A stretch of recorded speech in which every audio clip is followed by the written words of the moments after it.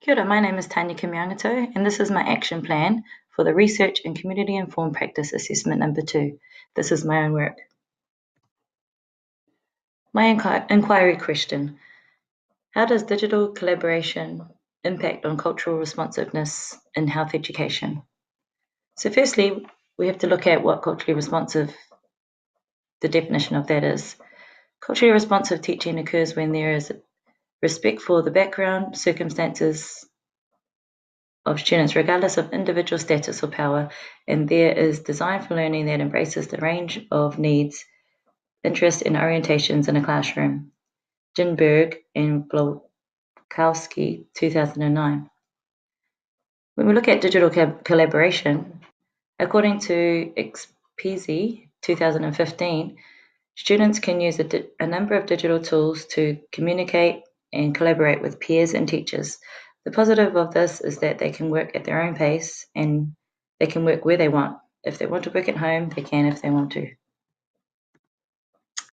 The community that is involved is Aorere College, but specifically Aorere College Year 12 health students and Aorere College Year 12 health teachers. This is a good opportunity for teachers to share ideas, resources, digital collaboration, and develop more cultural responsive awareness. Engagement is through meetings, during lessons, lesson observations, reflections, digital tools such as Google Classroom and Google Slides. Actions and timeframe. The spiral of inquiry model helped me to stay on track, or at times, when I was off track, I could join weeks together if needed.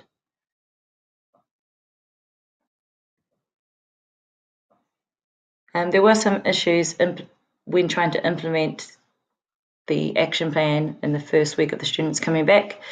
The typical things like students wanting to change options, students not coming back to school, and it also did not help that we had Waitangi weekend smack in the middle of it, which prevented me from having all of the lessons that I needed to carry out my research. Actions and timeline continued. So during the holidays was the main part of the planning, choosing the topic, research topic, inquiry questions. Started brainstorming ideas right at the last week of the face-to-face sessions with other MindLab participants. And during the teacher-only week, this gave me a chance to examine resources and literature review. By doing the literature review, it helped me to narrow down my topic and also come up with the inquiry questions that would help to guide my research. Weeks 25 to 30, as you can see there. So by creating this action plan, it has helped to clarify steps that I've done and that I need to do during the next few weeks. Decided on data collection methods and tools. I met with Year 12 health teachers to explain about my research and asked them if they wanted to be a part of it. I also shared some digital collaborative tools that they could use with their classes. The plan for week 31 and 32 is to evaluate the impacts and then reflect on the evidence gathered. So looking at findings, what were the changes in student and teacher perceptions? Data collection methods. Most of the data collected during my research will be qualitative data. This is because it's vital to find out what the students and teachers are feeling throughout the implementation. The data collected is not limited to numbers or things that are easily counted. When completing a lesson observation that is focused on cultural responsiveness, it is not the number of times that a student and teacher interacts, but rather the quality of that interaction, e.g., feedback and feed forward. And there's an example of the Google form survey for the teachers. Other data collection tools are lesson observations. This is a good way to get a snapshot of what is happening in the class, students' interactions and engagement. The lesson obs tool will be a modified version of the Te Kotahitanga one. And the process will be carried out in 5-minute intervals, observing for 5 minutes, then writing for 5 minutes. And this process goes for 3 rounds. Student surveys using Google Forms. This is a quick and easy way to gather information about how students are feeling about their learning and engagement. Students are familiar with this tool already.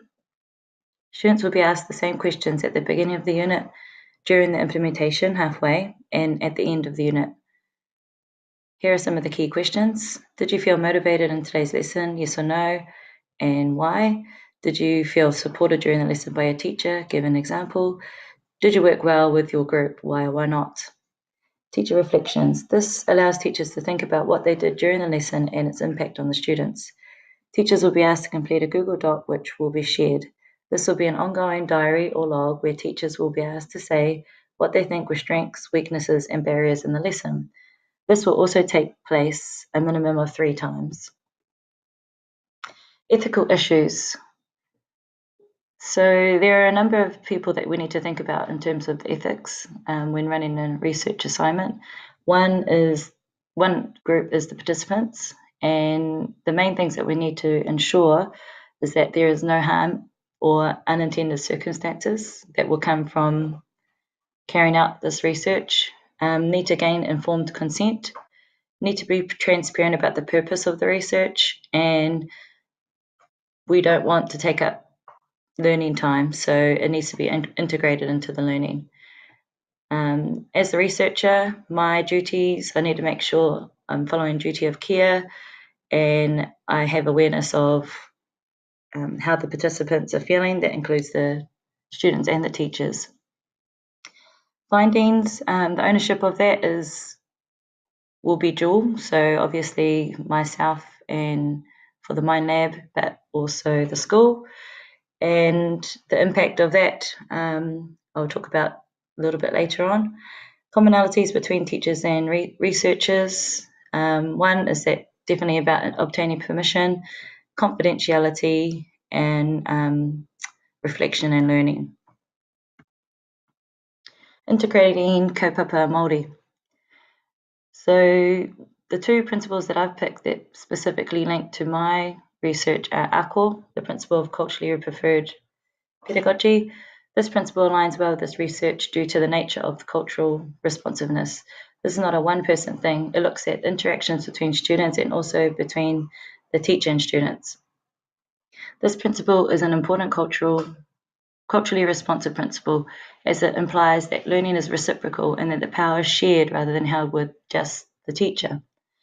Whānau, the extended family structure principle. This links to the research, but I prefer whakawhanaungatanga, building and maintaining relationships. This includes relating to others, but is much deeper. It's about learning through the context of everyday human interactions and learning to take responsibility for supporting and caring for others. So what are the potential impacts? Potential impact of this research inquiry are that digital collaboration will have a positive impact on cultural responsiveness and health education. Students will feel engaged and motivated in the class due to using a variety of digital collaboration tools. It might highlight specific digital collaboration tools that are not beneficial or did not have a positive outcome.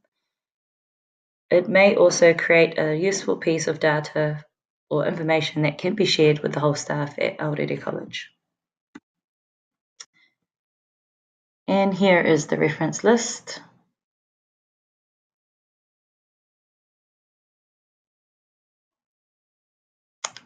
And thank you for listening.